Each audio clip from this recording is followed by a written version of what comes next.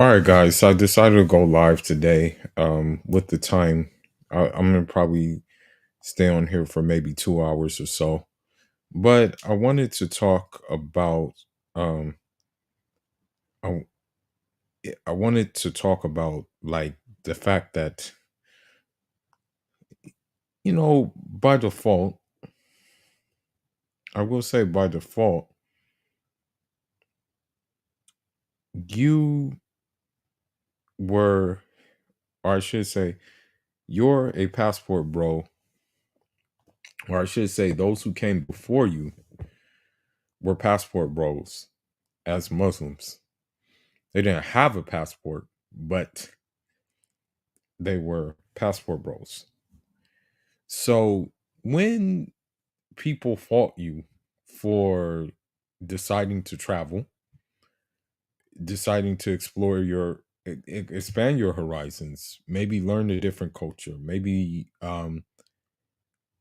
by default, you know, by default, like maybe you decide you want to get married into that culture, which a lot of Muslims did. I mean, and we're going to look at that a little bit, that there seems to be this misconception that walaikum salam wa rahmatullah wa barakatuhu. Thank you for joining the stream. Um there seems to be like this misconception that for some reason, you know, Arabs, they use that word Arab. The only true Arab is still on uh I want to say Jazire al Arab, meaning I'm gonna say like Saudi Arabia and Yemen. But the other Arabs that you see, or I should say Arabic speaking people, the other Arabs, be it like Lebanon, Syria, Jordan, Morocco, Tunisia, Algeria, to a lesser extent Mauritania, which is mostly black, um, Sudan, um, let's see, Bahrain. These places are Arabized people.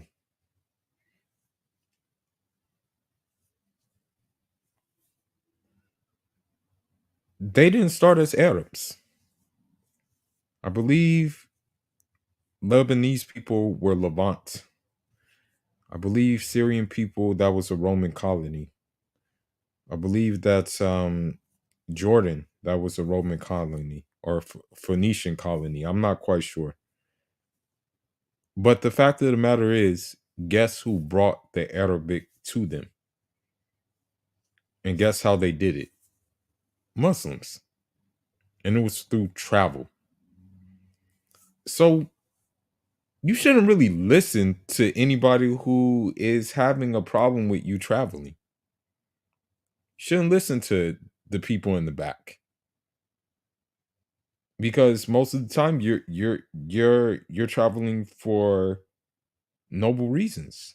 You're traveling because you want to you know you're tired of this kind of conundrum that we're living in. Okay, because I'm gonna be honest, it gets worse every day. We're gonna show how it gets worse every day. But if you look at, for example, doing Hajj, right? If you look at doing Hajj, back in the day, there were no planes, there were no passports, there were no visas. But how did they do Hajj? If you were going from Africa, how would you do Hajj? You would go by caravan.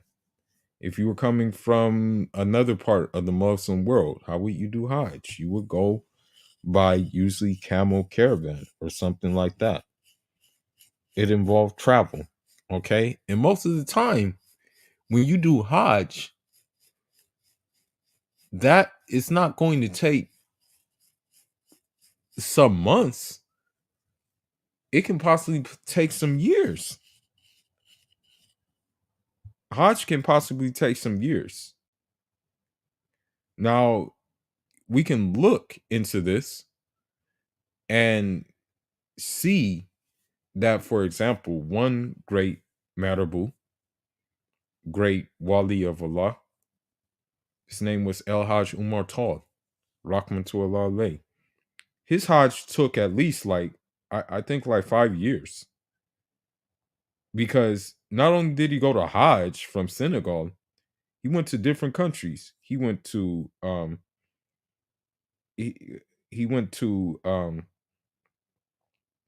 he went to, what I want to say, he went to, I believe, Nigeria. Stayed in Nigeria for a little bit. He went to Damascus, Syria. He went to Jerusalem. He went to Libya. He went to, I think he went to Egypt. Um, he went to all of these places. So he went to all of these places, which means that it wasn't just Hajj for him. He went to other places as well. So that just tells you that this has been part of our program for a long time. And I think, honestly, when you really think about it, it's kind of been a part of the program we've abandoned, unless you are taking Hajj, unless you're going on Hajj. Then it's like, okay, you're not really abandoning the program. You're you're still on the program. Okay. But what I want to say as well is, there was also, I think, Murabit Al Hajj, who did the same thing. I think he walked to Hajj, and I think, may Allah have mercy on him. I think he died at, like, I want to say, he died at, um I think he was over like 100 years old. You know, he was, he died pretty, he died pretty, old. In fact, I think they didn't even know the age in which he died, you know. So, with that being said, um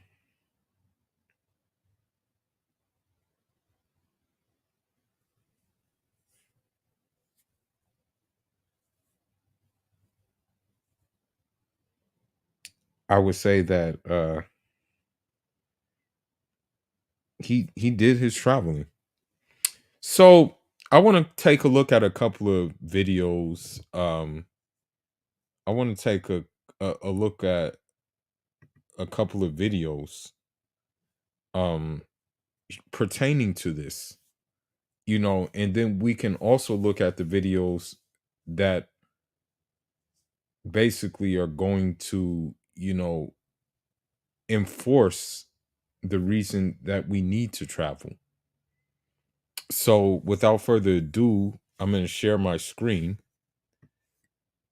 I can't watch the Ibn Battuta videos because um someone actually, I want to say, they they took my live screen. They took my live stream. Um they flagged my live stream when I did the Ibn Battuta videos, you know. But let's go ahead and share the screen,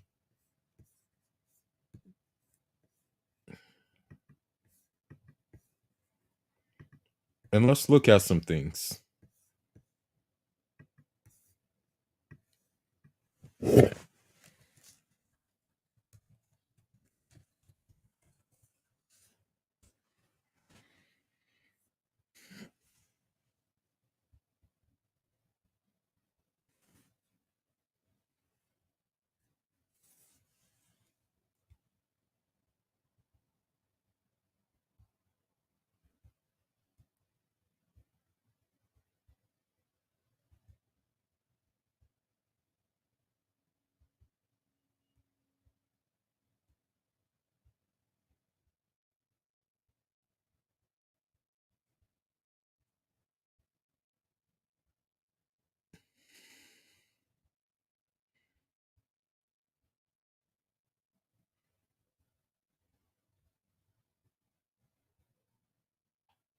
Hold on.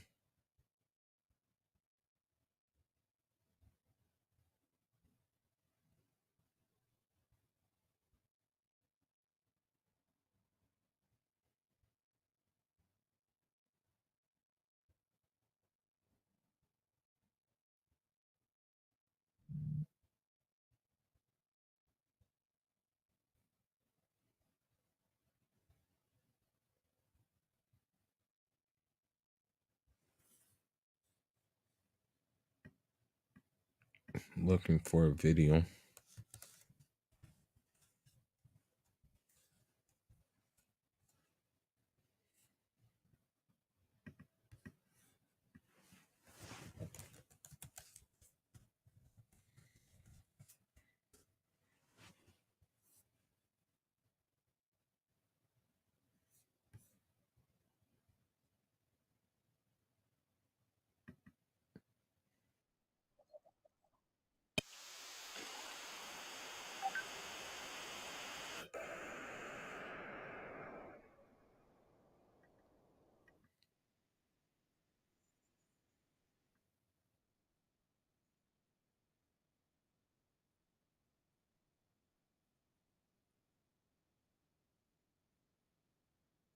Okay, I don't need to see that.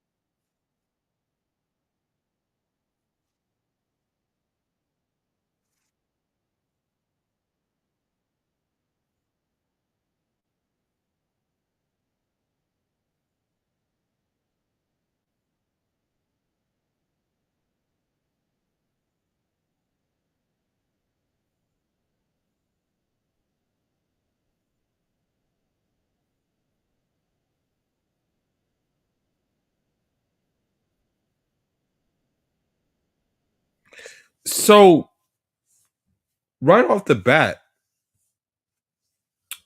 they were traveling. I mean, although it wasn't that far away, but still they're going to a foreign land, despite the fact that, it's right across the ocean from where they were. They were going to a foreign land and they were still responding to a call. They didn't have to respond to the call. They could have stayed in Morocco, which was prospering at a good time. I think Morocco was good back then. But what did they do?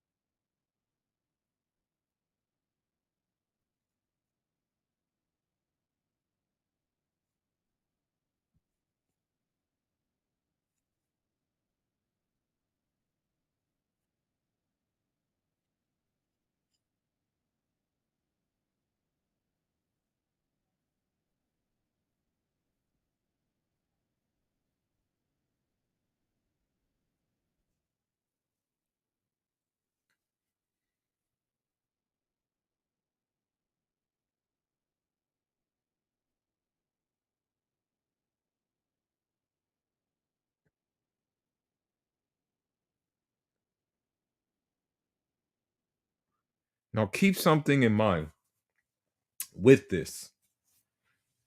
Now, there, Keisha, Karen, and Ling Ling will fault you for going across the waters to possibly find a woman that is going to be on your program, that is going to be that woman that you really feel would add to your life and would make your life healthy. You have to keep something in mind. when they crossed the ocean, they didn't bring people, they didn't bring women with them. So if the people are happy to see them, what do you think happened? What do you think happened with the local women? What do you think happened? So that so if it's only like you and you're not an army or anything like that, if it's only you going across, right? Then there shouldn't be any, you shouldn't have any issues um with basically going there, and other people shouldn't have any issues with you going there. Like, because yes, the passport bros for the most part, they go to the locations which are like pretty commercial. Thailand, Brazil, Colombia, the Philippines. They go to these locations, but you as a Muslim, although there are Muslims in these locations, there are Muslim communities there. There are Muslim communities in Brazil. You have Muslim communities in Colombia. You have Muslim communities in Venezuela. You have Muslim communities in these places. However, you probably are going to go to a Muslim majority country. You'll probably end up going to like maybe Morocco, maybe Algeria, or a place like that. So it's not like you're going in drones to these two places that, and many people will consider these places like many people would can actually consider these places um like tourist hotspots. It's not like you're going to the tourist hotspots. You're going to places which people aren't really checking for. So it can't, like, they can't really hold this against you as they are like as these defectors and these DICK police are trying to hold against you, calling you, oh, you're trying to do sex African and things like that. Just making up these bogus claims, which we'll go into soon.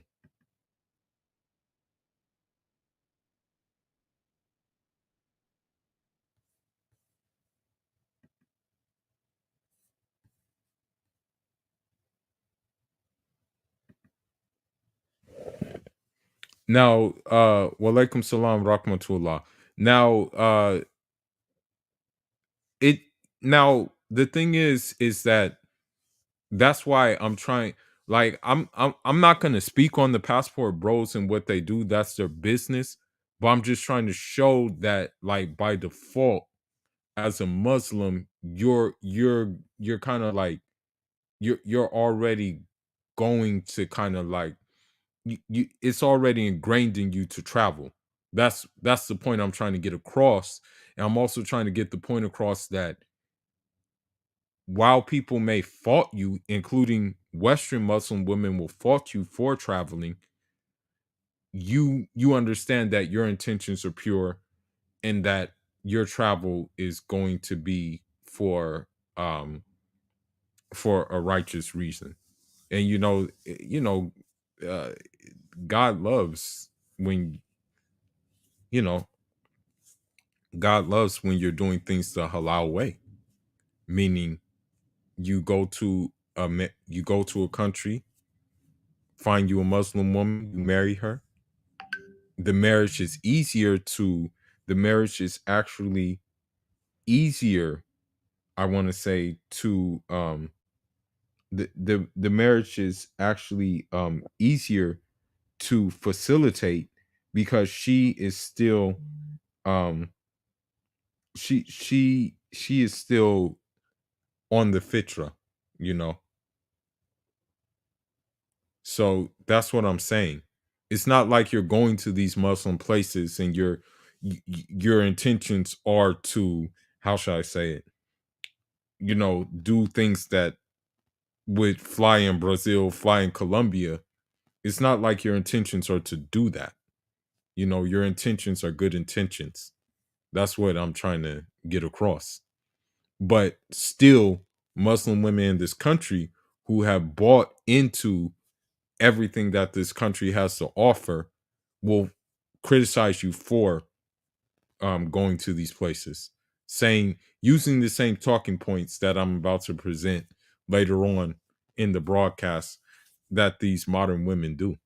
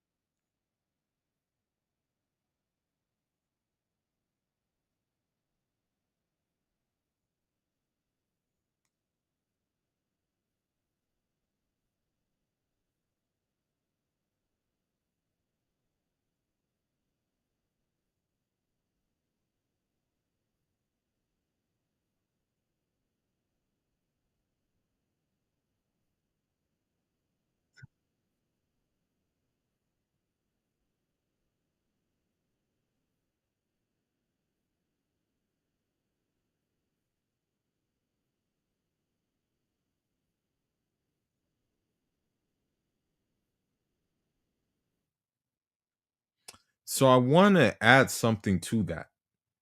When I went to Cuba, yeah, I'm Muslim.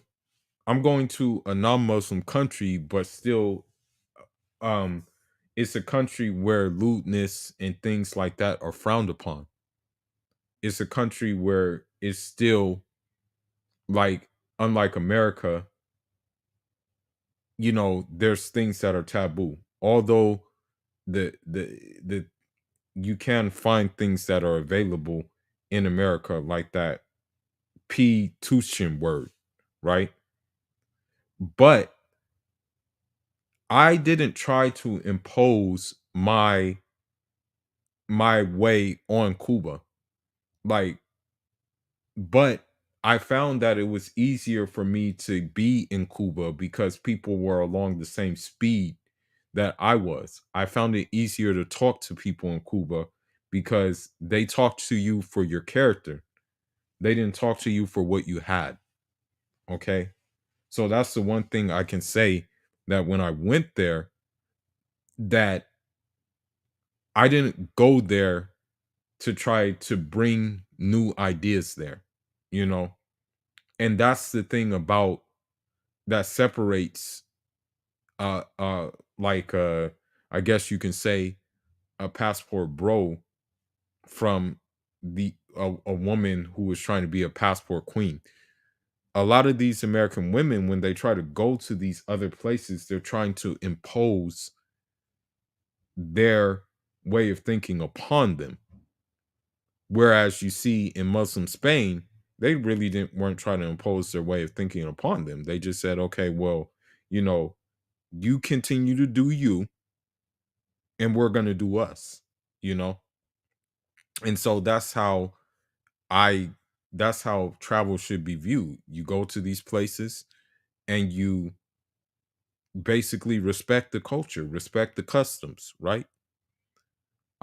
But that's what separates that's what separates us from others, you know. So let's continue with this.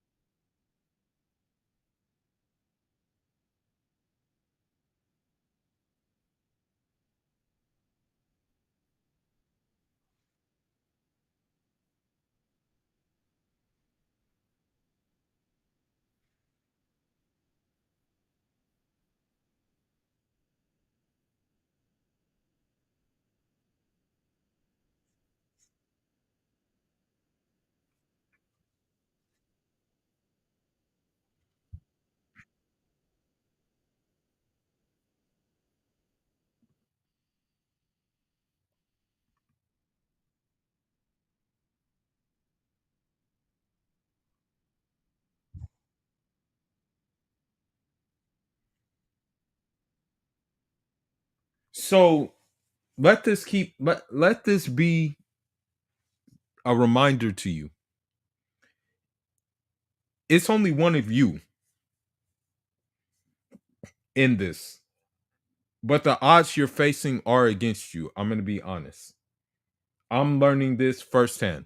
You know, without revealing my travel plans for next year, put it this way. You will see YouTube video of me with Khabib's people next year. I'm just going to leave it at that.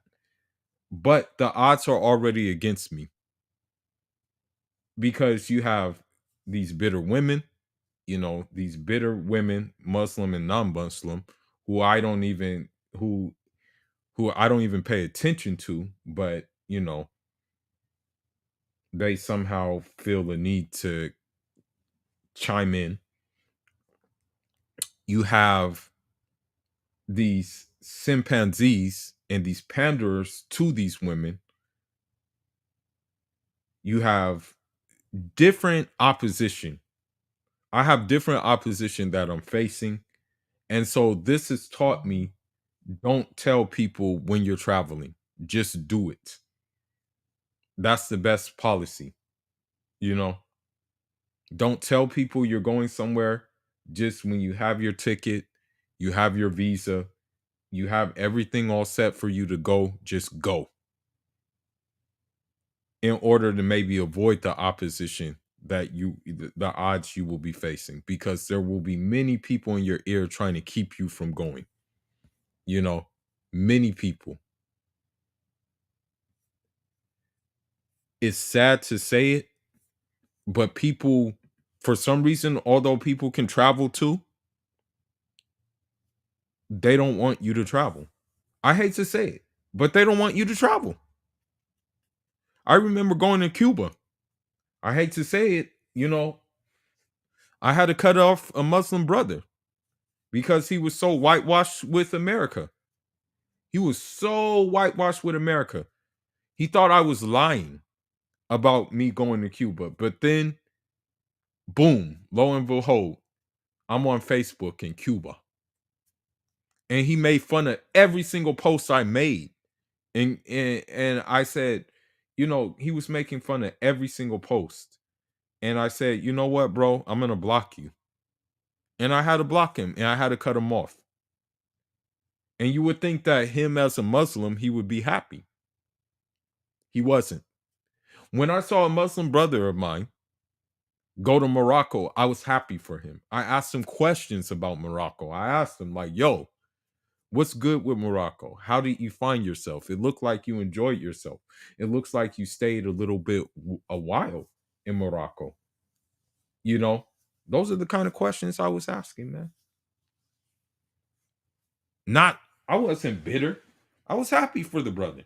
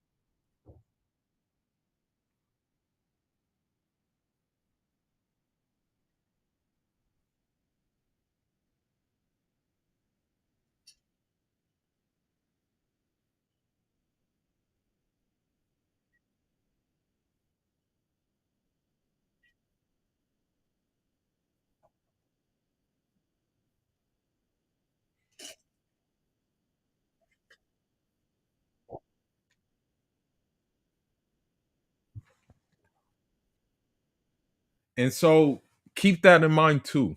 Okay. Keep that in mind. Challenge yourself. Learn the language of the place you're going, and it's going to be good. So, for example, where I'm going, I'm going to have to really have a strong grip on Russian. Okay. what I'm saying that if wherever you go, try to have a grip on that language. Okay. That's going to just empower you even more. Don't be like a Keisha or a Karen who think, to be honest, I'm going to be completely real with you. I'm going to be completely honest. I have not seen one woman go to a different country and she has the lingual of that country or even has a few words of that country. I haven't seen it. Haven't seen an American woman do that. Hell, there was an American woman who was in Brazil for many times and she still didn't have no grasp of Portuguese at all. None. Absolutely none.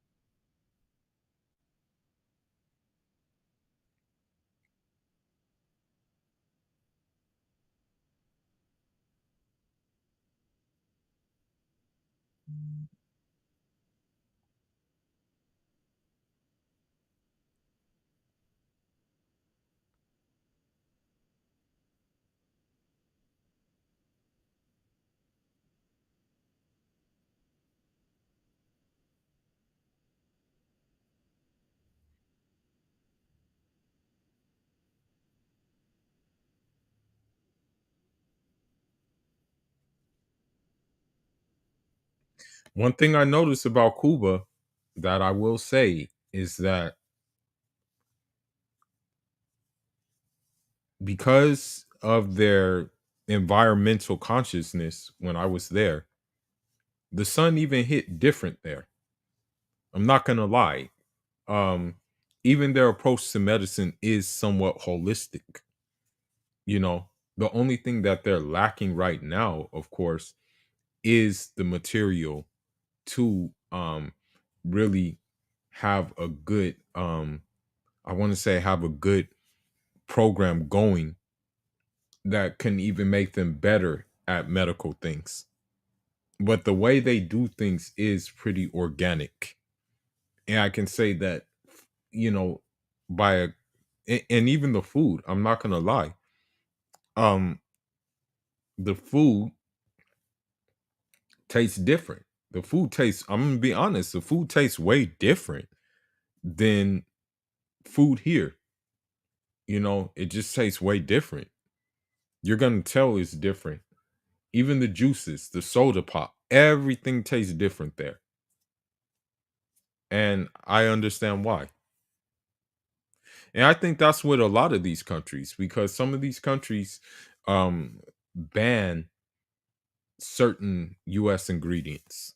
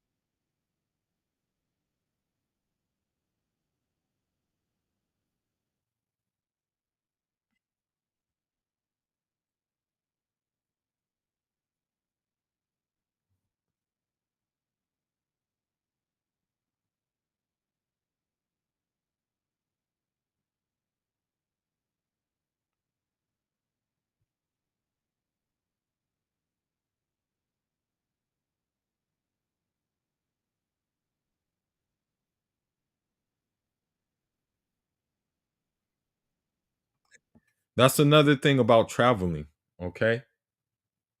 Perhaps you have something that you can contribute to the society that you're going to, okay?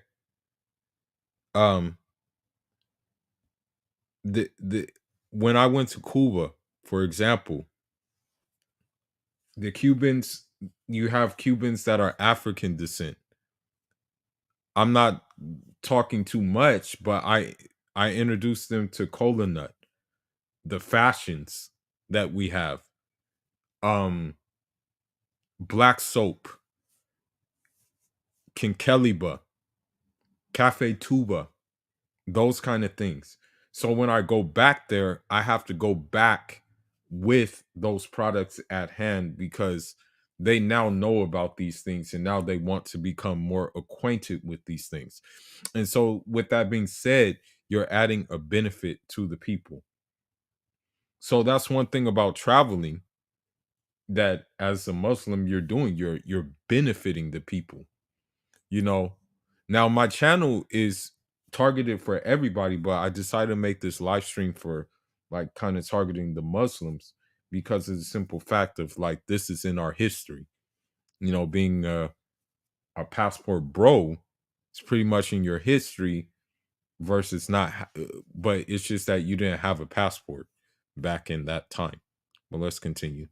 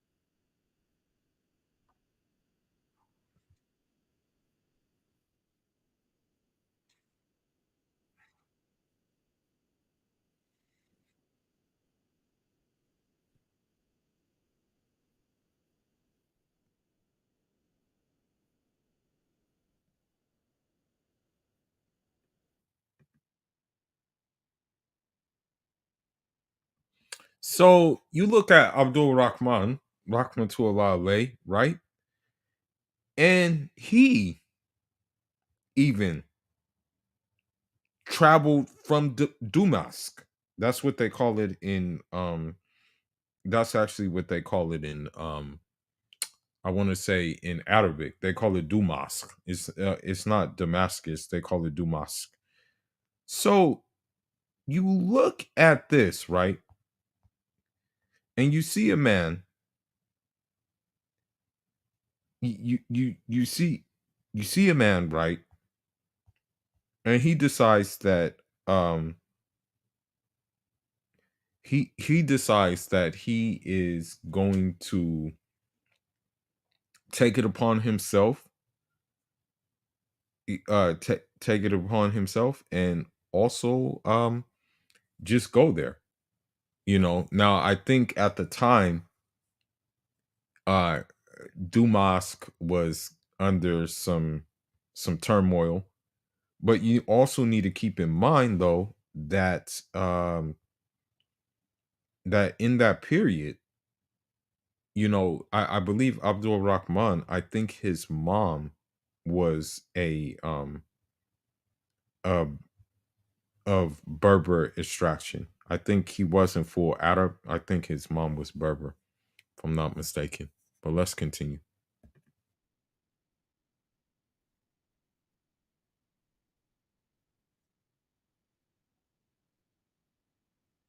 Now keep that in mind too. I'm not saying that the United States is going to go to shit. I'm not saying that. I'm not saying that United States is gonna go to shit.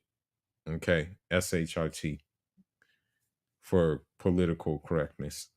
I'm not saying that it'll happen in the United States. But what I'm saying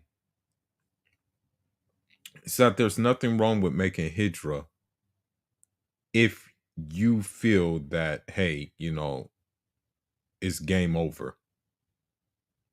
If you want to go to a society that maybe will be more conducive to how you want to live your life.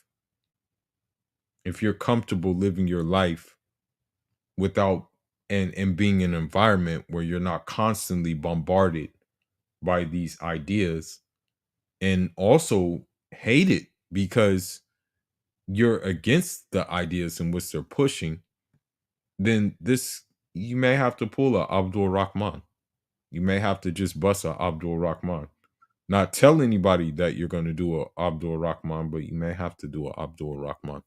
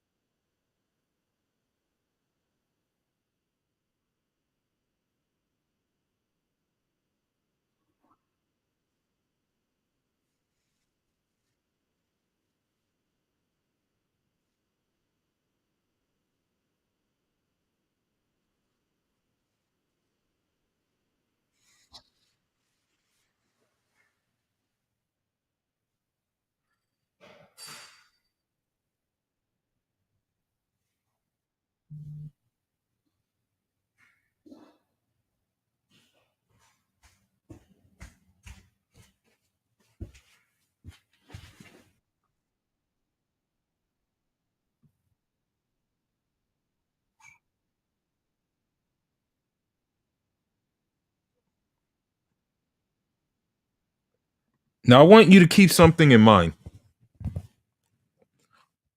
and we're gonna get into that too. We're actually gonna get into that as well because the video was brought to my attention. Um, you know, me personally, I was always under the impression that that people were hygienic, that people stayed hygienic, people stayed clean, people stayed, showered, people used like the right things to shower, and they covered every areas to shower. I was always under that impression, but it appears that I was wrong. Now, keep in mind, they said they had 900 public baths to understand like the importance of being clean. So, also, too, when you think about it, these nine, and me personally, I'm just speaking from me.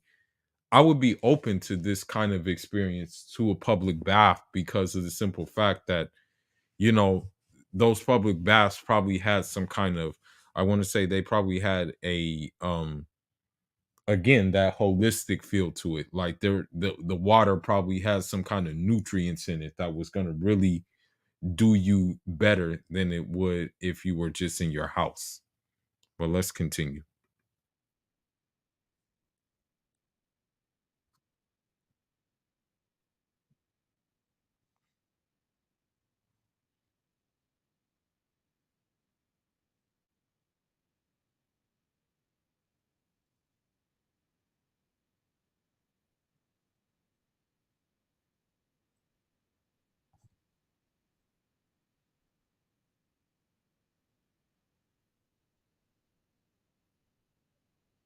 I want someone else to keep something in mind about this Muslim Spain. Black Africans were there too, and they weren't there just with the narrative of, oh, they were slaves. It wasn't that narrative. You have people from the places we know as Chad, um, Mali, Senegal, um, Gambia, Nigeria. You have people that were just going there to study. You have people that were just going there because the trade routes actually went from there to these parts of Black Africa. So would it so yeah, a Hausa will say easy call. A Hausa or a Mandinka trader will say, hey, I'm gonna go to Spain. He would travel for his money. So don't let these people try to, I want to say these people try to discourage you from doing what you want to do.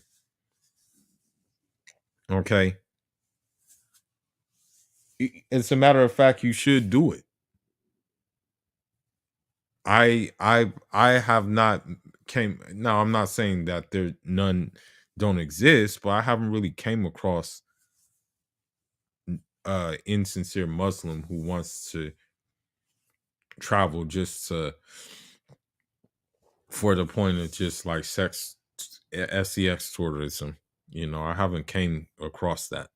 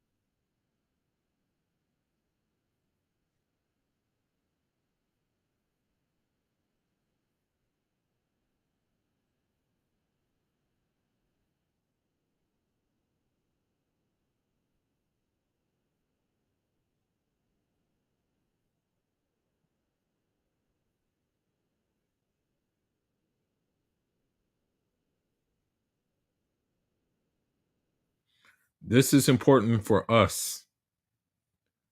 This is important for us to understand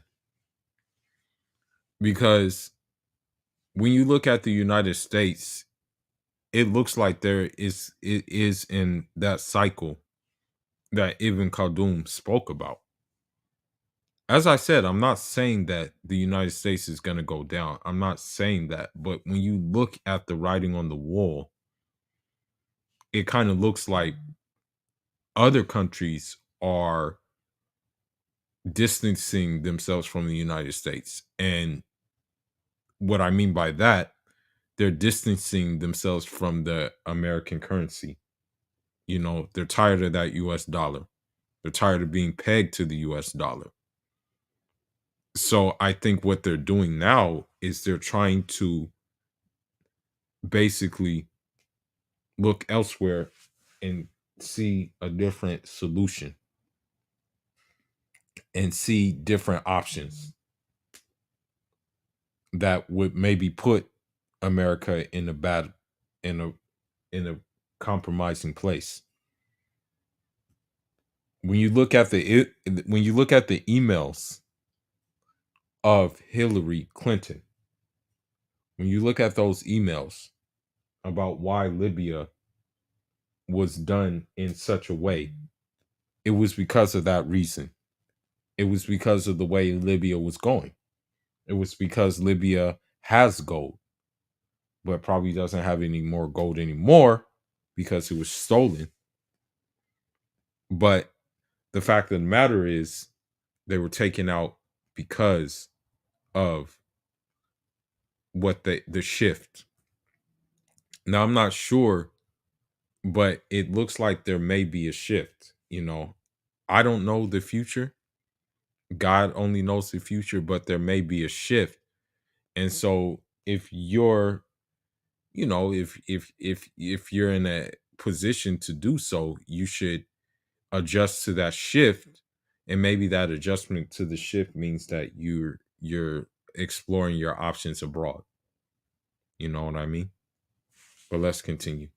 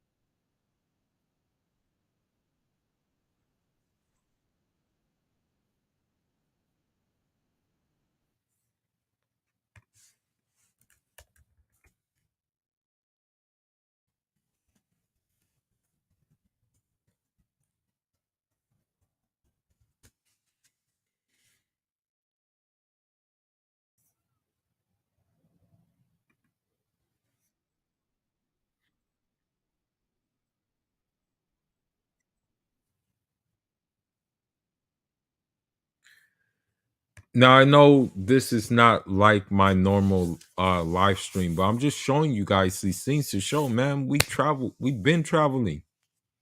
You know, I'm just showing you that hey, you know, this was normal for us. Like traveling.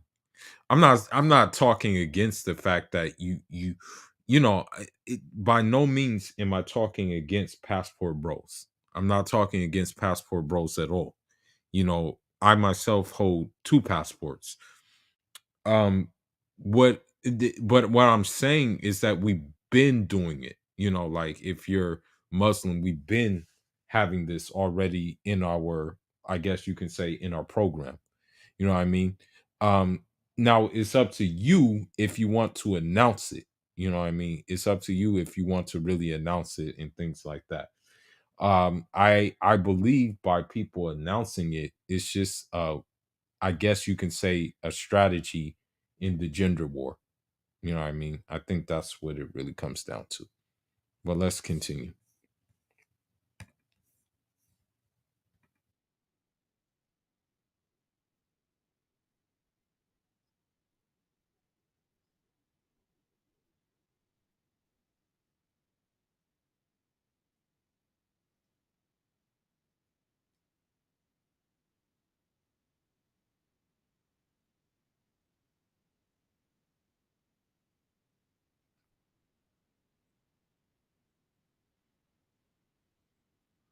I like this guy, by the way. He's a very, very good historian. Very, very good. Like this guy, he touches on all areas. He covers everything. I like him. May Allah preserve him. Very good historian.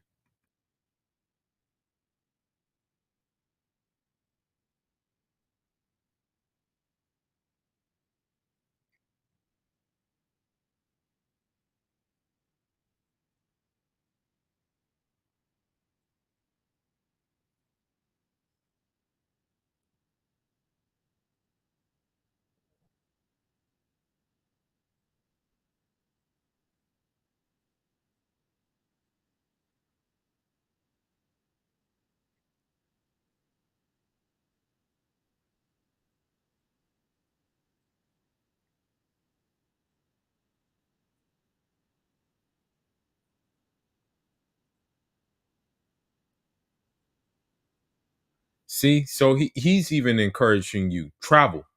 Okay. And I'm not saying that your travel should just be based on the fact that you're tired of the Wicked Witch of the West. I'm not saying that your travel should just be based on that, but the opportunity may be there for you to what I'm saying is the opportunity may be there for you to possibly you know uh find yourself a spouse, you know. But he's just saying even travel just for the heck of it. That's what he's saying with this. And I think that should be something that should be done, you know. You shouldn't just like it shouldn't just be end all and be all about like how fed up you are with American women, or just Western women in general. But you should just want to go there to expand your horizons. That should be your numero uno thing, like one of your priorities. Just you're going there because you want to expand your horizons.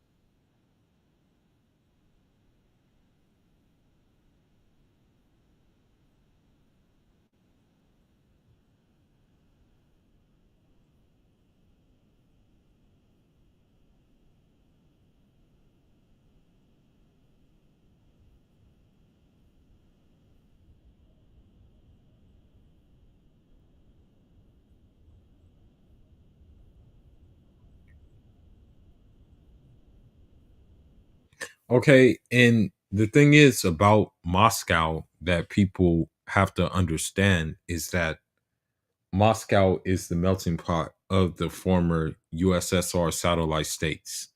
So you're not only going to get Slavic there, you're going to get Uzbeks, you're going to get Tajiks, you're going to get Kyrgyz, you're going to get Kazakhs, you're going to get Chechnyans, you're going to get Ingus, you're going to get Bukharians, you're going to get all these people there in that one spot. So it's not really surprising why that is the case. It's kind of it should serve as no surprise that that's the reason why the- Muslim Russia is the biggest, or I should say Moscow is the biggest urban center outside of the Muslim world, outside of Muslim lands.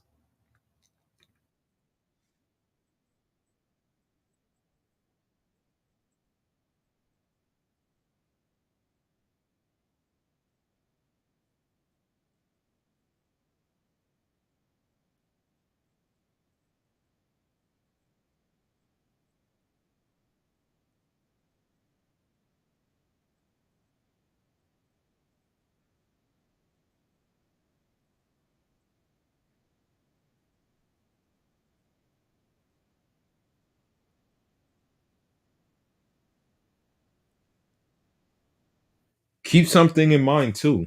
Um,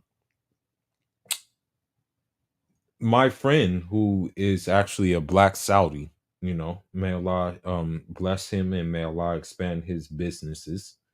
Um, my friend who is actually a black Saudi, he actually married a Russian Muslim woman. So the thing is that I came up with SYSMB, which means Save Yourself Muslim Brother. I came up with SYSMB for the simple fact that like the thing is that if there were good women in the West, maybe we wouldn't have to look elsewhere. But the fact of the matter is, I hate to say it, but the majority of them have all been corrupted by what was offered to them. I hate to really say this, but it's just the truth. It's just the absolute truth, unfortunately. But let's continue.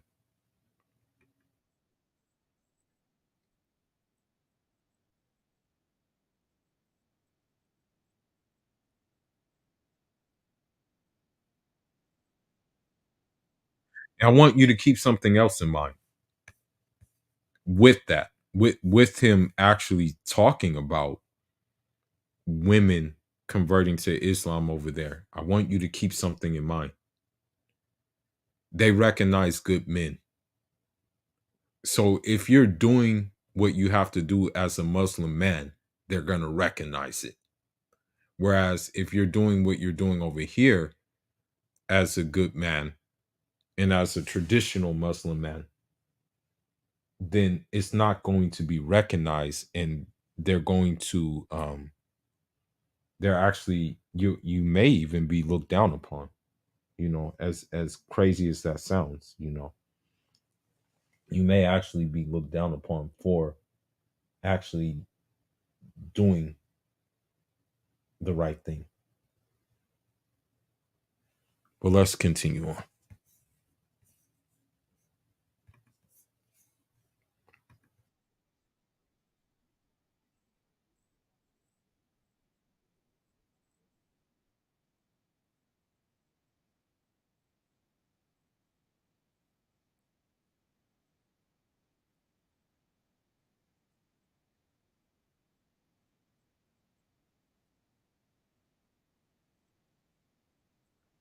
Notice that this scholar, and I can appreciate this, I can really appreciate this about this scholar. He doesn't make like a different, he doesn't make like a different differentiation, like differentiation. I don't know that word really, but he doesn't like distinguish. He doesn't say Muslims from North Africa. He just says Muslims from Africa came. That's what he says, and I can really appreciate that he just acknowledges that, hey, these Muslims came from Africa to Spain. He kept it simple. I can kind of I rock with that.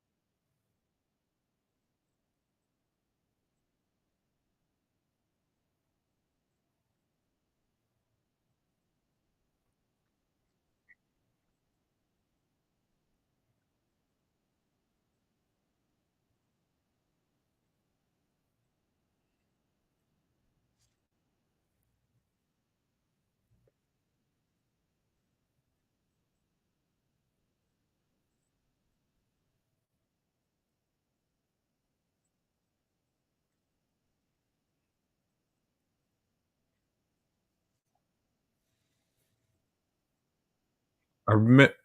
I want to say something. I remember being in Santa Monica, which is in California. And I actually met a Russian Tatar, and he even recognized that I was, I guess you can say, different from the rest.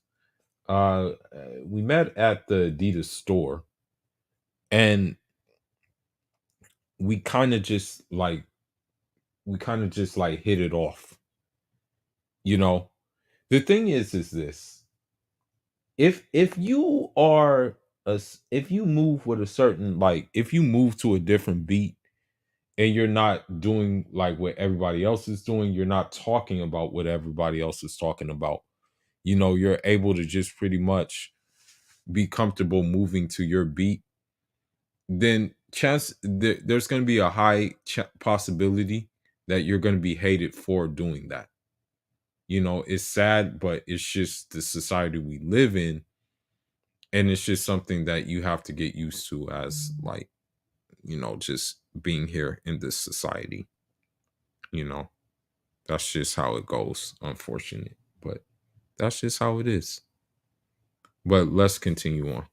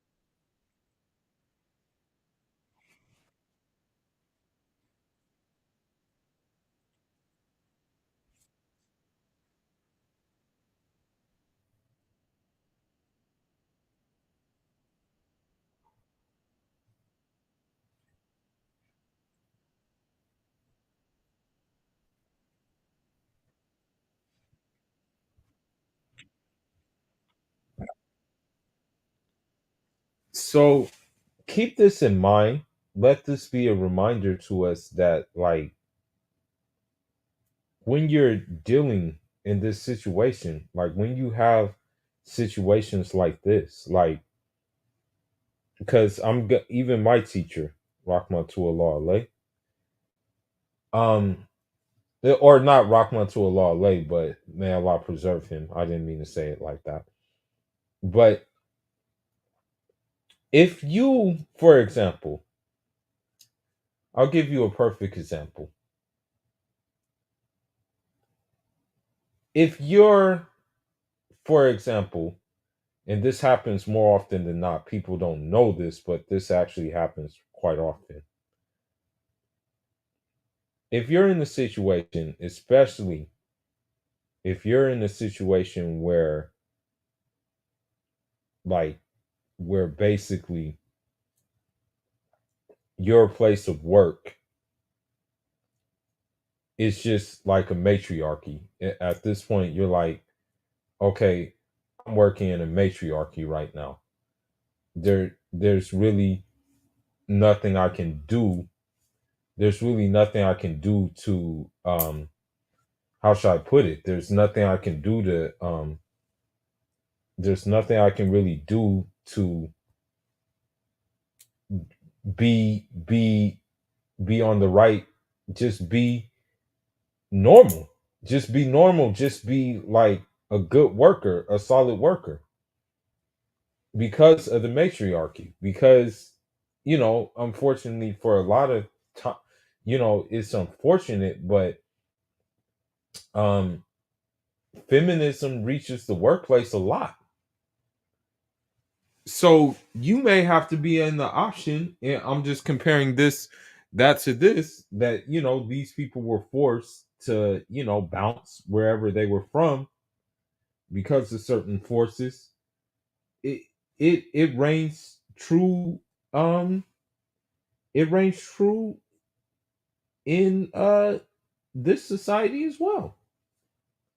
So you should keep that in mind.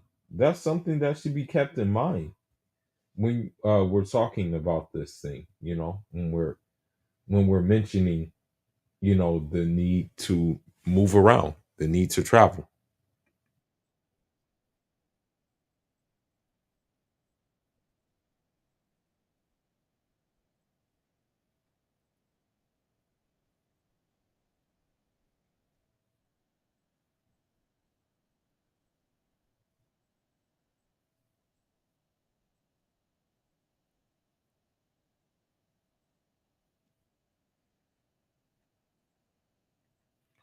Uh, Keep in mind that a lot of those Turkic people and a lot of those mountain people are big people. They're just big. Just like how, like in Arabian Peninsula, those Bedouin, uh, especially the black ones, they're big people. They're just like big. You know what I mean? That's how that works. And so, yeah, you know. But let's continue.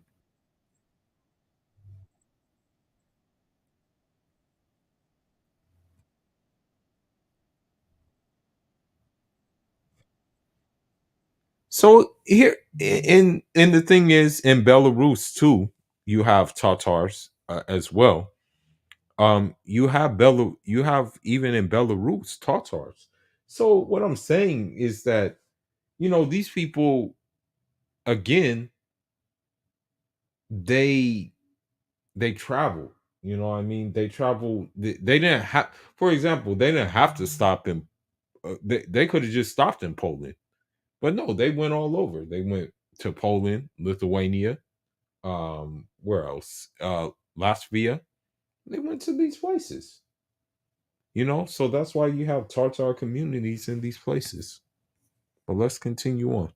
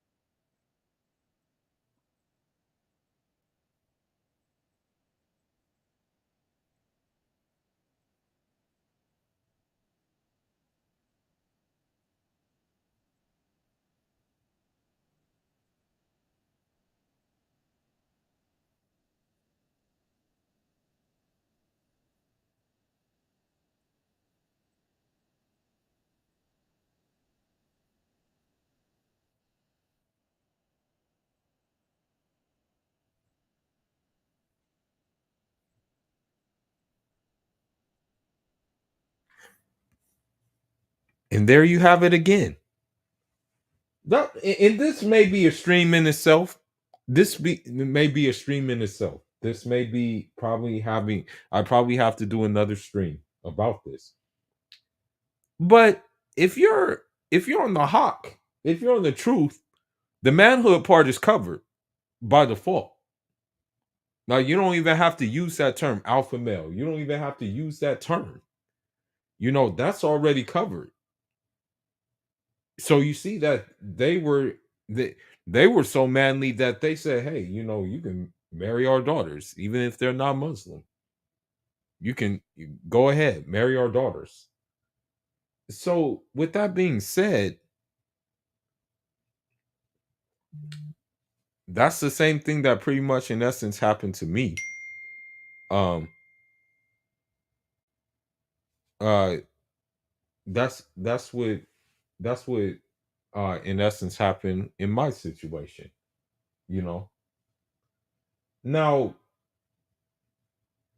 the fact that they were offering them to marry their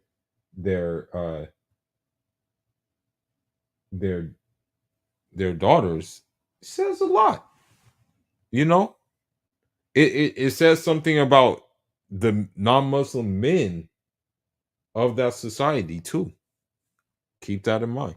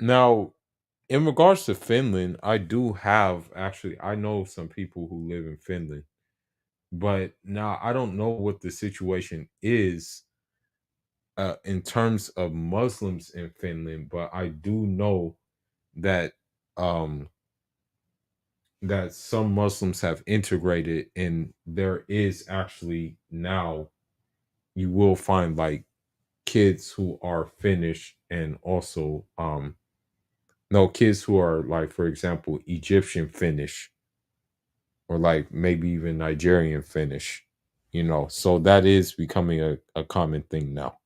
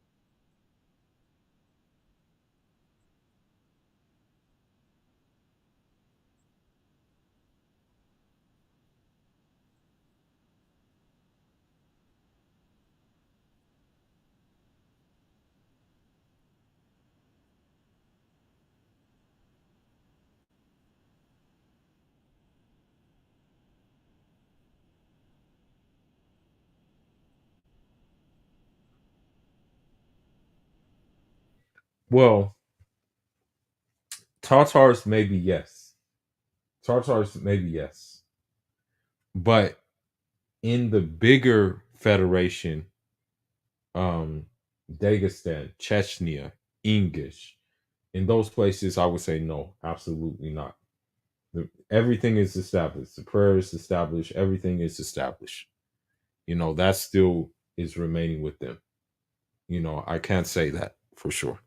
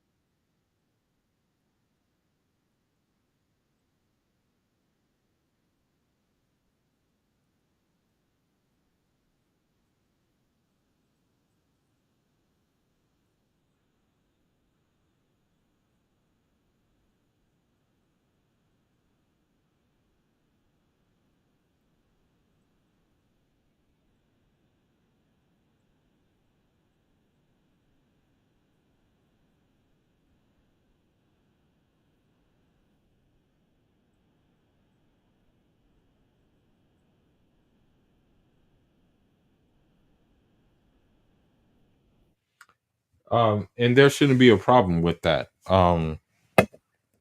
Unfortunately, in the West, though, they have assimilated. I hate to say it, but like just talking about Islam, especially even on the Clubhouse app, you'll be hard pressed to like actually have good conversation about Islam because of like how much Muslims here have assimilated. And unfortunately, Muslim women have assimilated.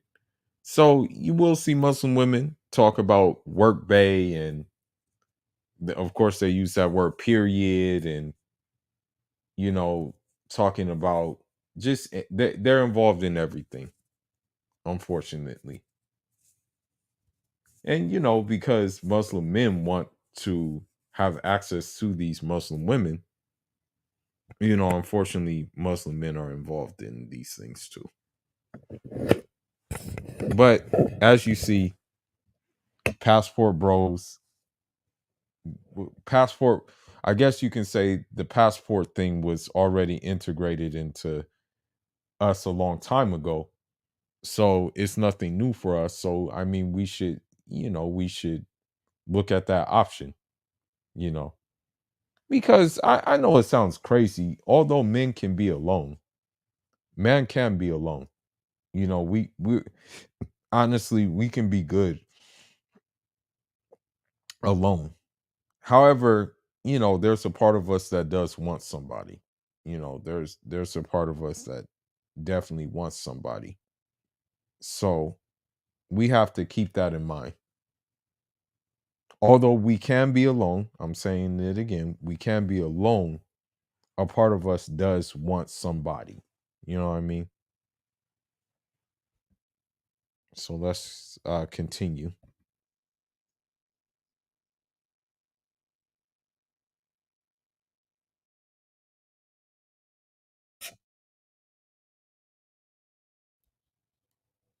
Okay, so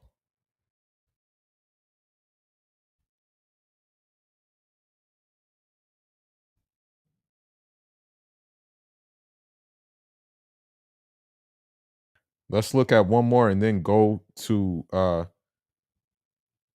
something else. Let's go to one more.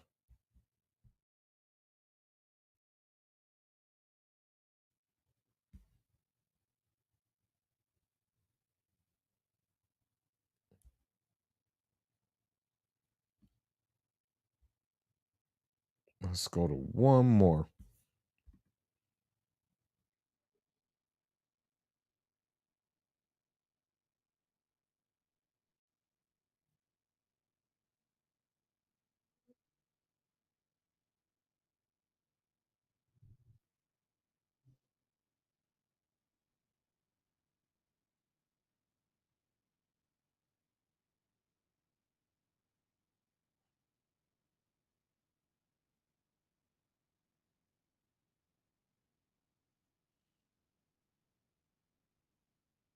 Now I never heard of this beloved gentleman, but the fact of the matter is, again, if we want to be honest, passport bro.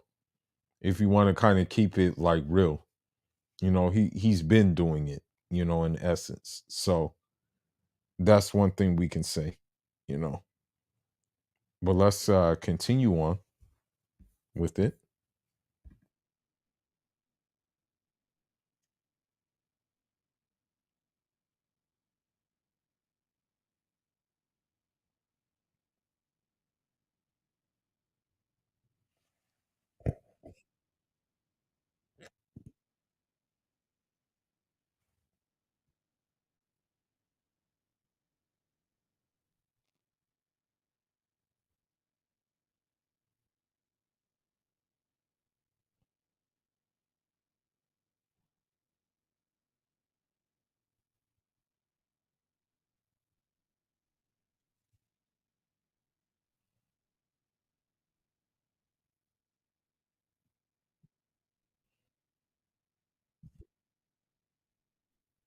So keep in mind what was just said. There was a Tatar community in Japan. What does that tell you about their traveling habits? They went all the way to Japan. Central Asian Turkic people.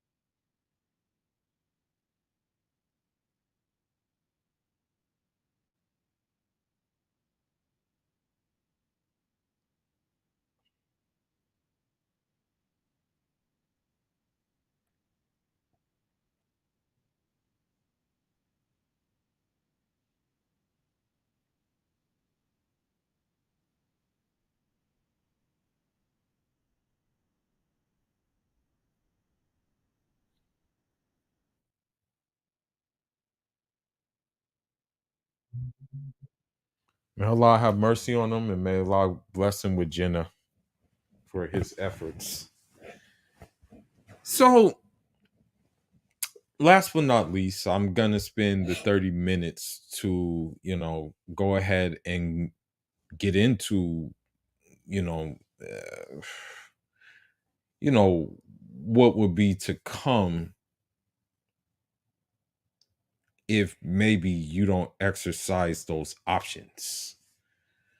So let's go ahead and look and see at certain things that have taken place, um in regards to what you're left with in the West.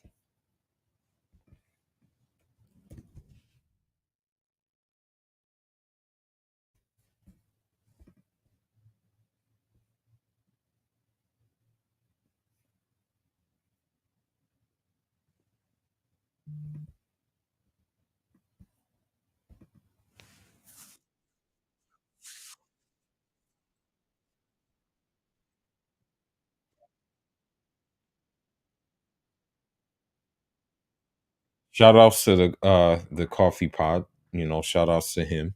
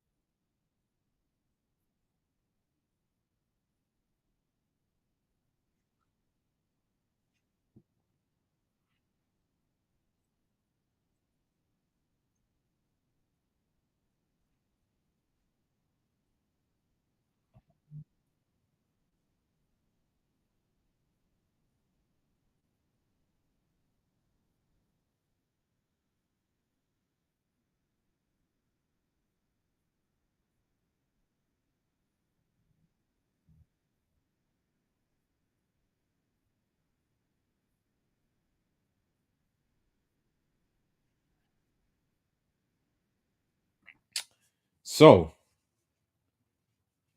the choice is yours. Option one is getting a woman here and you're serving as help, and she's looking at you as just as help, versus going elsewhere and getting a woman that's going to look at you as a husband and look at you as a man, as we heard, um as we basically heard about, with the Tatars marrying the non-Muslim women. The choice is yours. And yeah, I'm going to say that a majority of the modern women boss babes are looking for help.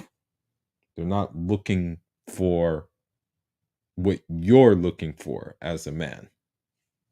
Well, let's continue.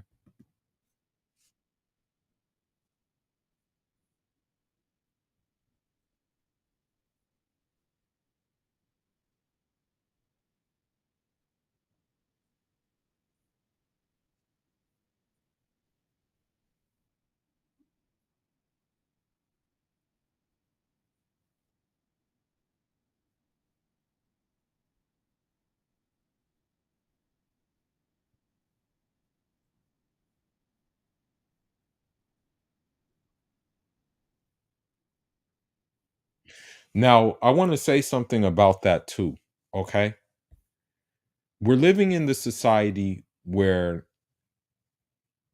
everything is kind of like everything is like kind of like a mirage. So we see these things on social media. We see the big cars, we see the lifestyles, and we see everything like that. But we don't know what the conditions are to get those things that these women have. You know, for example, like you hear women saying he needs to have this, he needs to have that, he needs to have this, that, and the other. Um, but we're not actually seeing like really what's going on behind the scenes for them to have that lifestyle that they have. You know what I mean? Um, and I hate to say it, but a lot of times, in order for them to have the lifestyle that they are presenting to themselves or presenting to the world, it does involve some ghetto gagging. I'm just saying. It does involve ghetto gagging. I'm just letting you know as a default. You know what I mean? But let's continue on.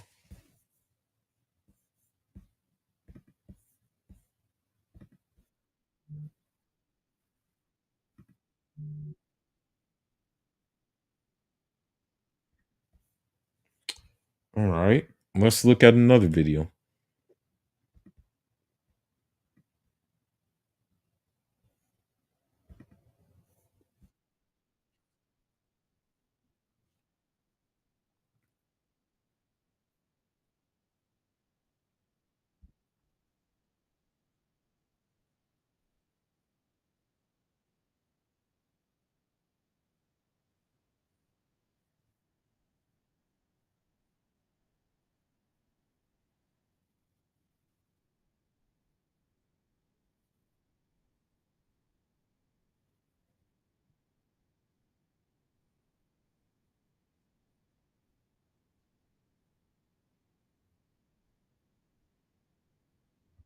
So this is the problem. Guys have been deprived of companionship so much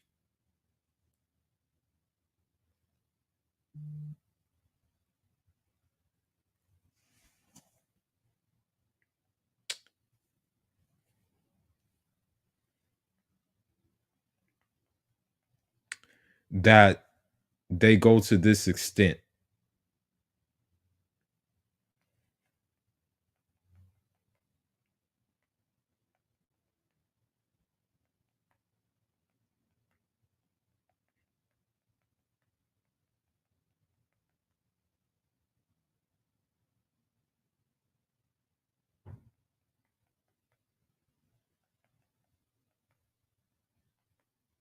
Sorry, I'm just texting real quick.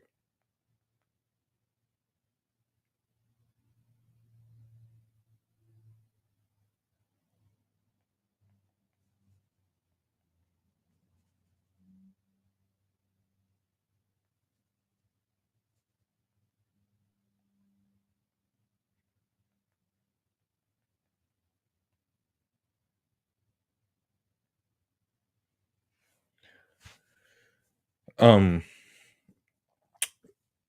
because guys have been, you know, uh deprived of companionship, they go to these lengths when the energy that they're spending for this companionship could be used for possibly traveling, possibly building something up, you know.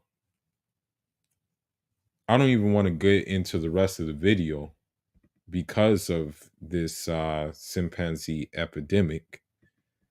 But what I do want to do is go back to my original point about modern women and their hygiene.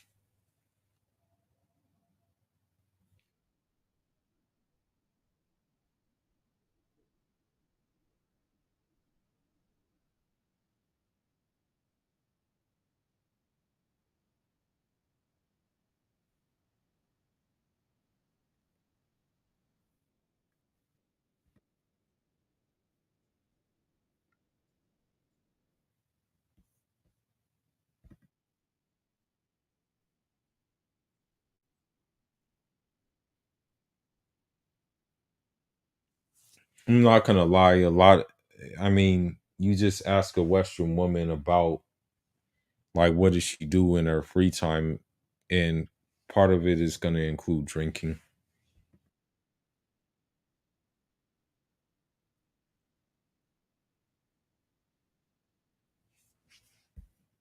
Okay, let me see.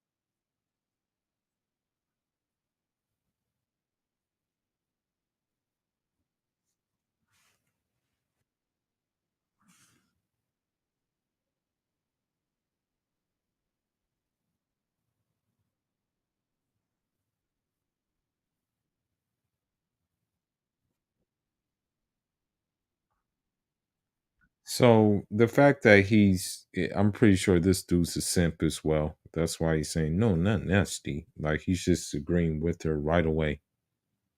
You know what I mean? He's just agreeing with them just right away. Just completely agreeing.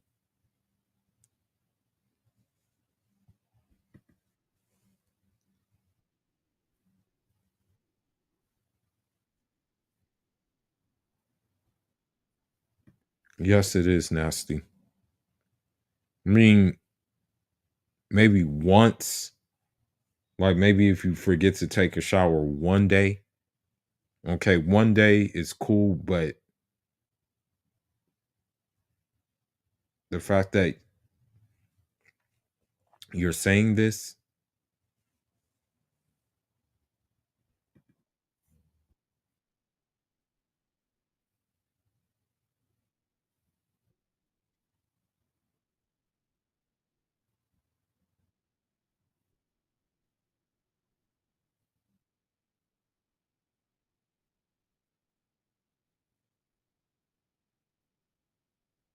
Okay, so there she's saying like she's actually admitting that there are certain points where she'll go without a shower for 3 and 4 days. Behind all the makeup, behind all the fake eyelashes, guys, we're left with this. Don't be fooled.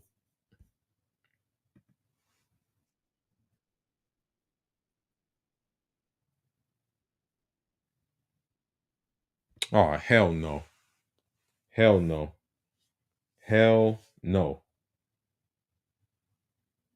No. No, no, no, no.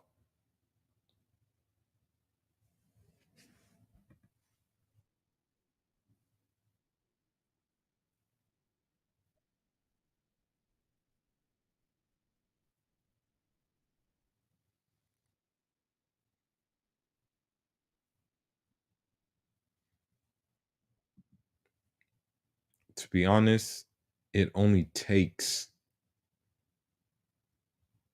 maybe at most 10 minutes to shower.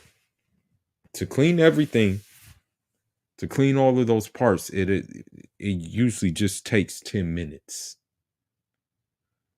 Unless you're trying to deep clean or do like a deep cleansing. It doesn't take that long to shower.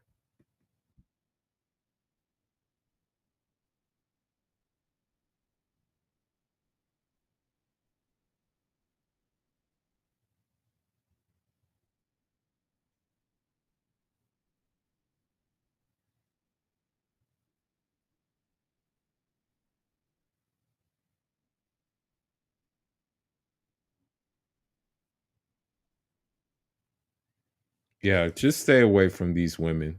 That's all I got to say. These women are disgusting.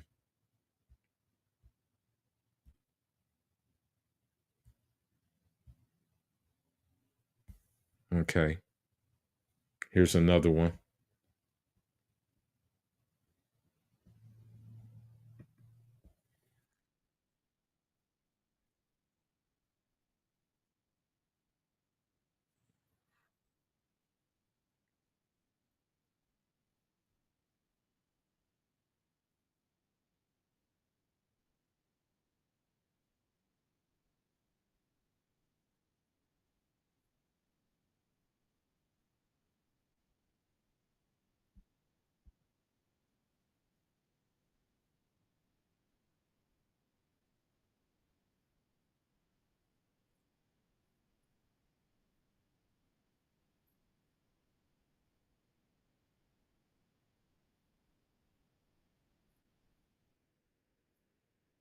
Okay. So this was clickbait, but there's one video I want to show about what you're dealing with these women.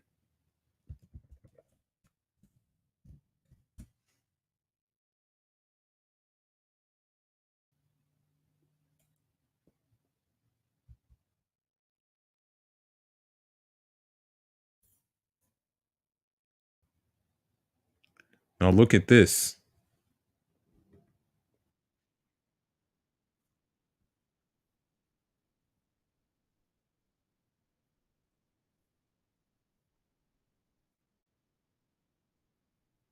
Oh hell no. Hell no. But I'm telling you, bro, there's more like her out there. It's not just her. There's more like her. Trust me. I'm telling you.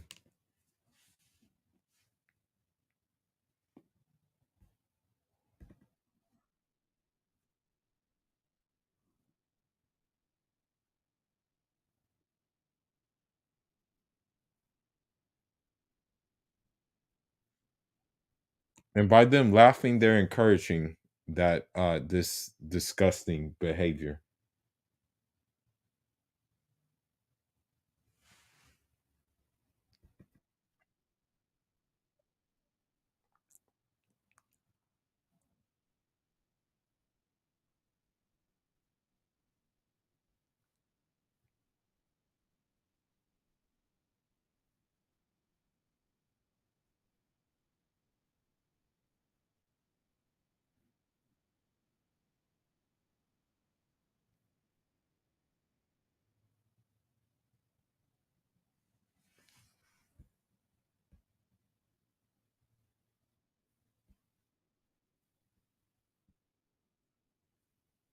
Yeah, you know what I'm saying? So this is kind of the things you'll be left with here if you stay. You hear how disgusting that is? Why would you do that? Do, you know what I mean?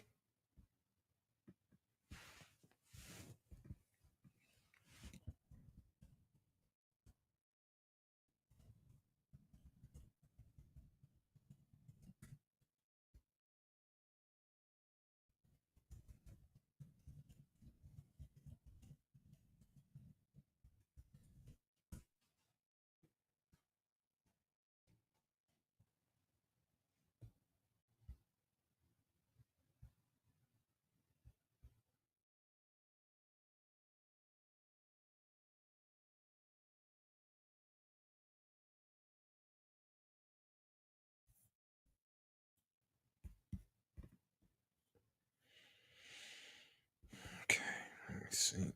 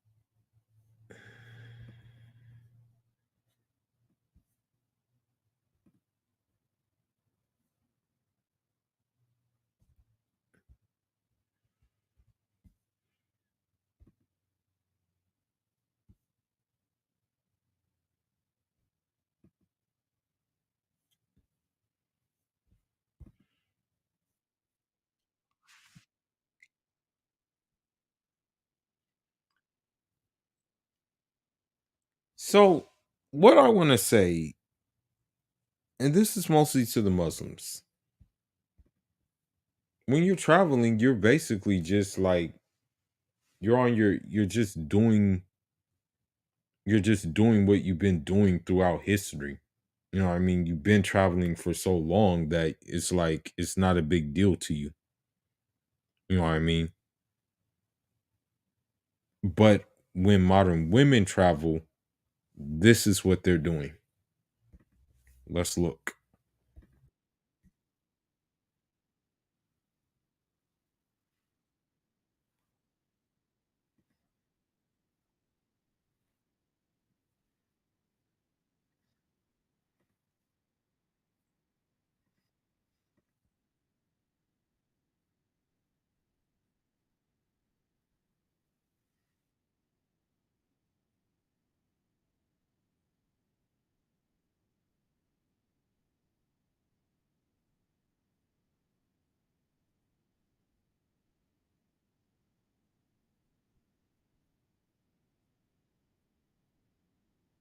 So keep something in mind. When they do the girls' trips and stuff like that, just understand what's going to come with those girls' trips. Also, understand that, you know, the show 90 Day Fiance is a fake show. And on top of it, the show 90 Day Fiance, I want to also add that I would like to also add that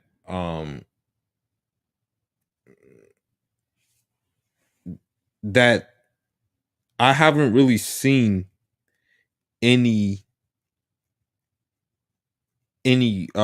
foreign man add a ring to the finger of an American woman unless he's looking for papers, you know, who go to their country. But let's continue.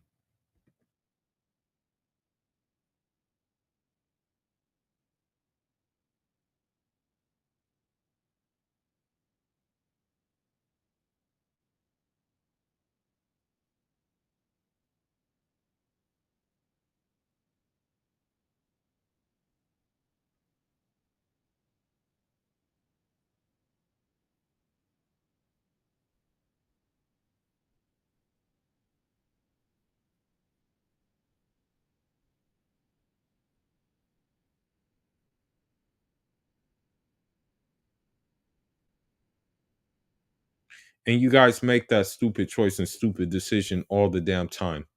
And then you blame black men everywhere for your stupid choices and your stupid decision. Or you blame, and is example, I hate to say it, but I'm going to use this example. I'm not doubting that some of these Muslim women go through things in their household. I'm not doubting that. I'm not doubting that perhaps culture gets mixed in with Islam and it becomes Islam, right? Um, but what happens is that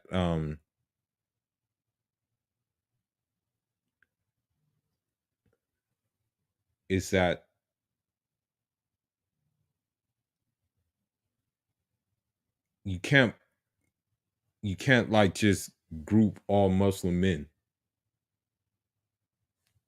the same. But at on the flip side though, because a lot of the Muslim women are following the ways of non-Muslim women here in the West, we're seeing more examples on social media and things like that, and through their behavior, we can group Muslim women in the West the same.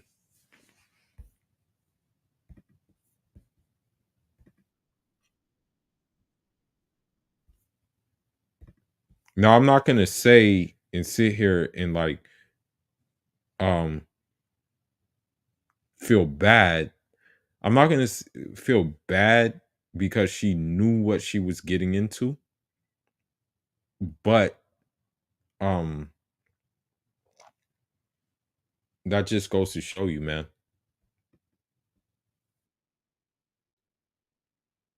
So that's what I'm saying. When I show these videos that the traveling is your birthright as a Muslim. This video is mostly for my Muslim audience. But yeah, the traveling is your birthright as a Muslim, just as a heads up.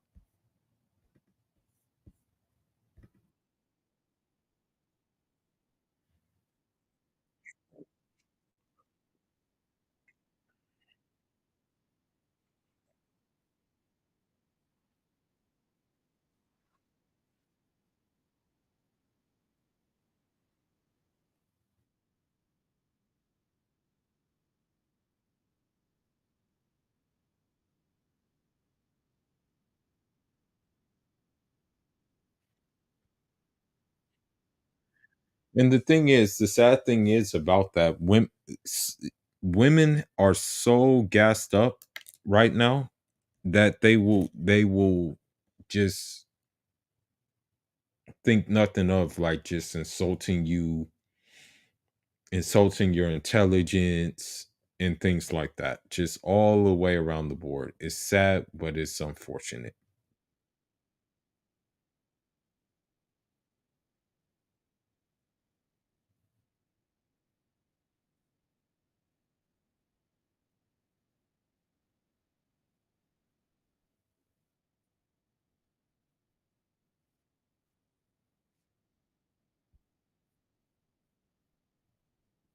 Okay, fake crocodile tears. You signed up for to it because you were attracted to Pookie and Ray Ray and Sibo and D'Lo. Okay, we know by your nails, we know by the colored hair that you were attracted to that certain type of guy. You didn't want the other type of guy, so that's why you didn't sign up for it. Stop it.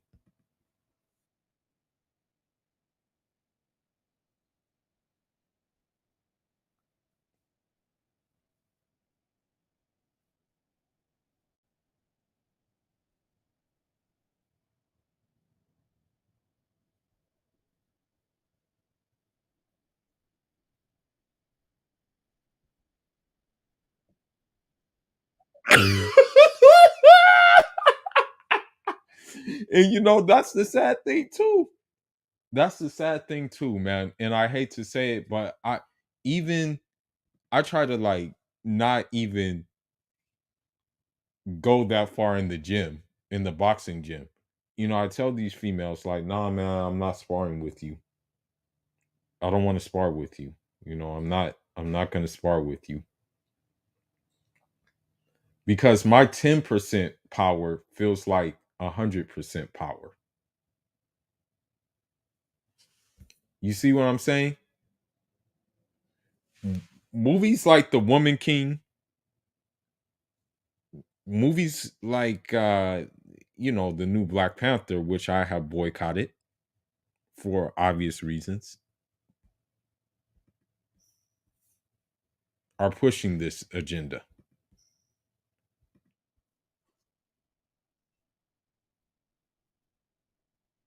Mm, mm, mm. That little check hook he just did, that little check hook had her out for the count.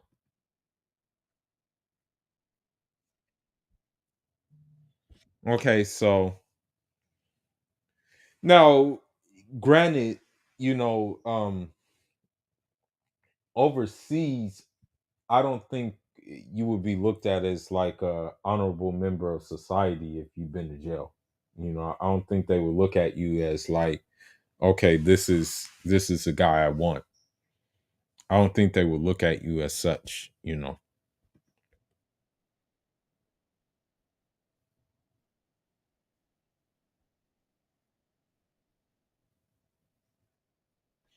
Okay, the thing is, a guy can have been in jail, but you don't know what was happening behind bars to that guy. So that's not necessarily the truth that, oh, this person can defend me.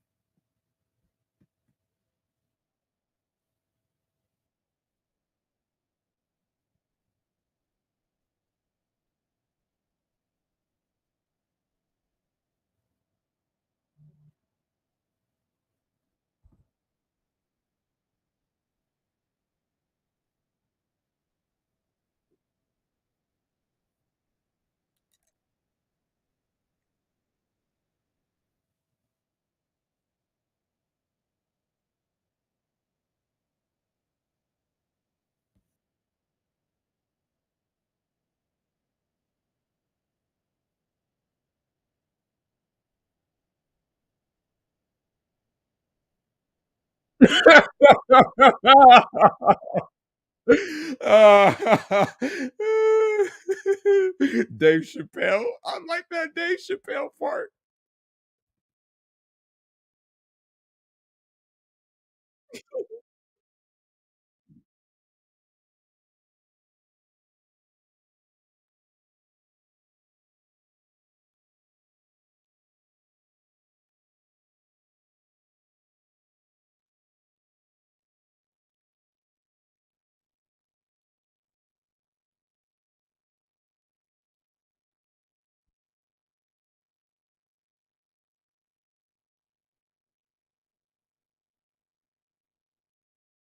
So just stay away. You hear how masculine she sounds. You see the tattoos. You see that she's overweight. So if you're on your stuff, you probably have no business even talking to her anyway. You just like keep it moving. Don't bother.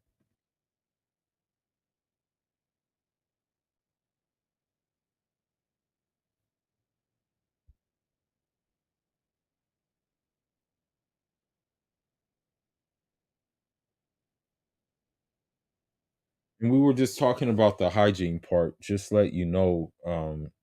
let that that could affect your manhood too. So this is why you need to stay away from um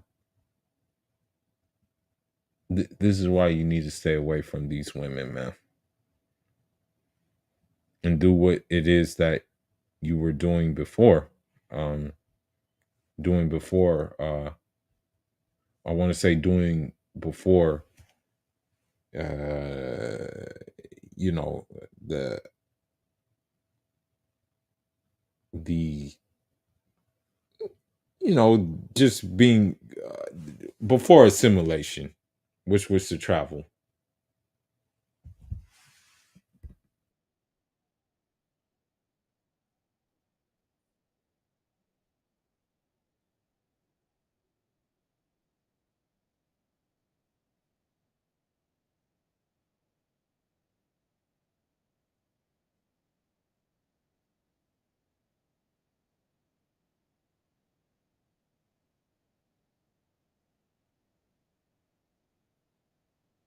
Yeah, see, this is all bad when, when women are talking in this way, because, like, I hate to say it, but, like, dudes do kill themselves over women. I hate to say that, but it does happen, you know. That's something they don't wanna talk about, but it does happen, unfortunately. And so, we should, just keep that in mind, and, just leave them alone. Just leave them alone.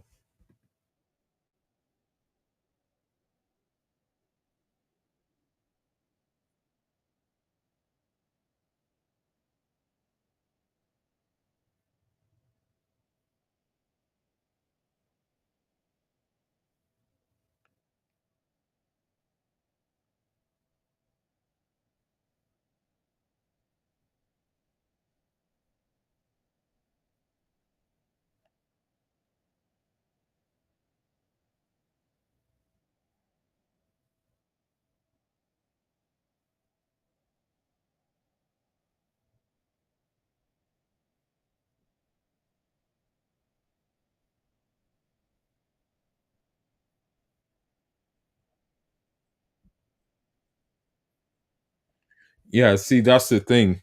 That's why I leave them alone too.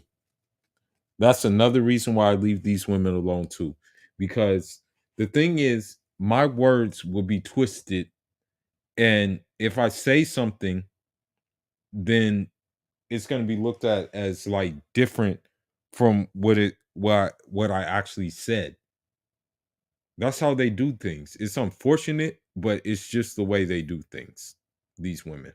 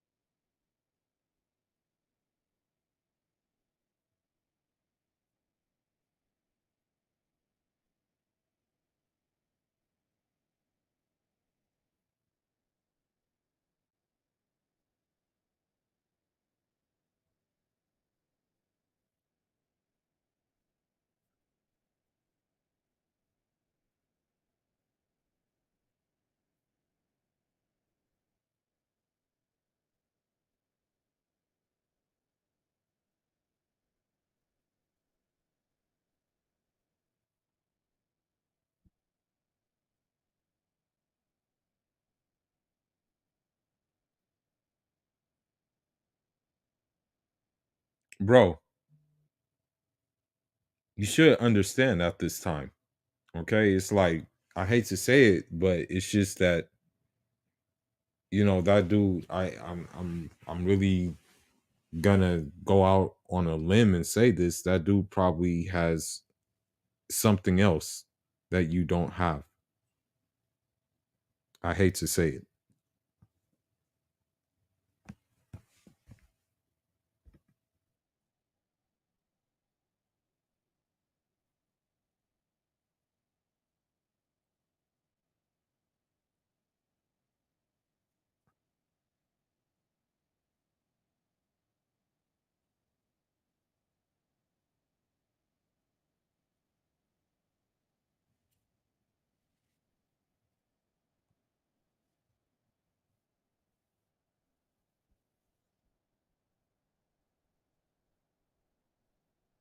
Okay, keep something in mind with that too.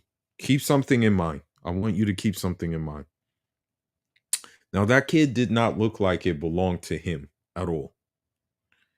Number two, women are going to try to do that because the real father does not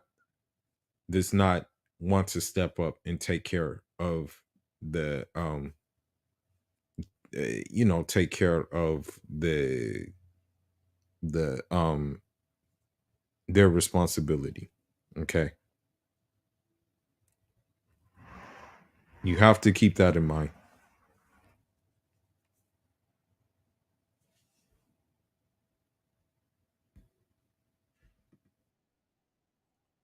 Paternity fraud is real. That's what I'm saying.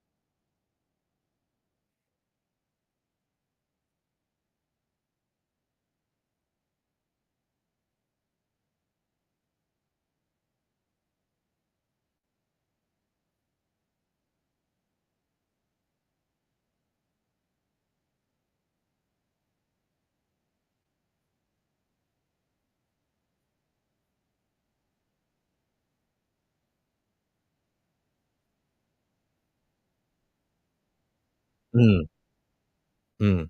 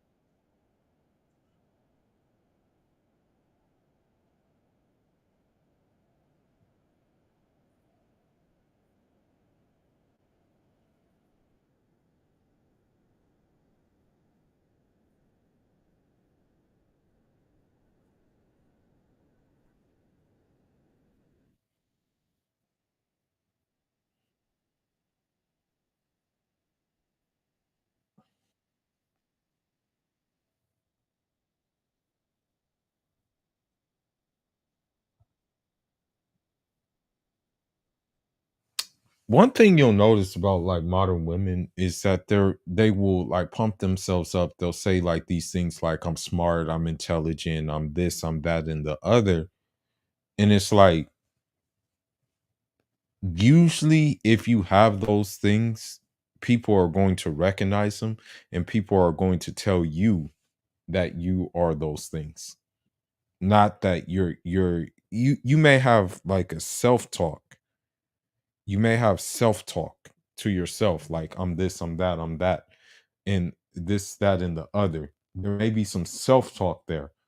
But uh truthfully speaking, um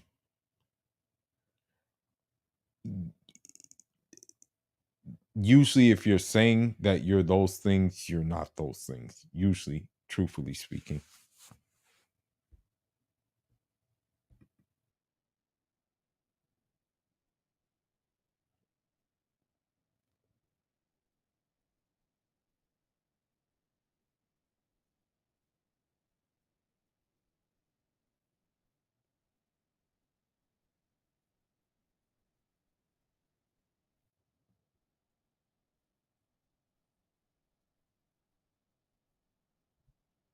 Oh, hell no.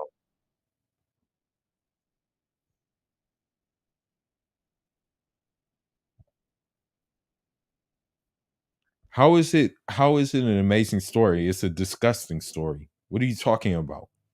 Shit is disgusting.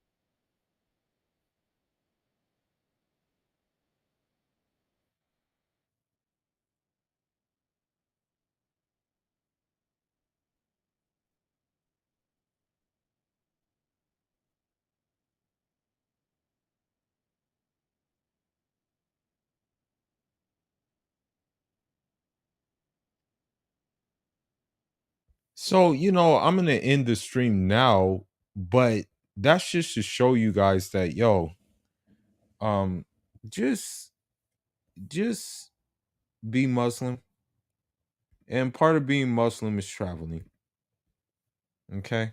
Part of being a traditional Muslim man is traveling. So, just do what you did before many and many years ago. And with that being said, thank y'all for tuning in. Off until the next one. Foolish signing out. Jarama is still SYSMB. Save yourself, Muslim brother. And I'm out.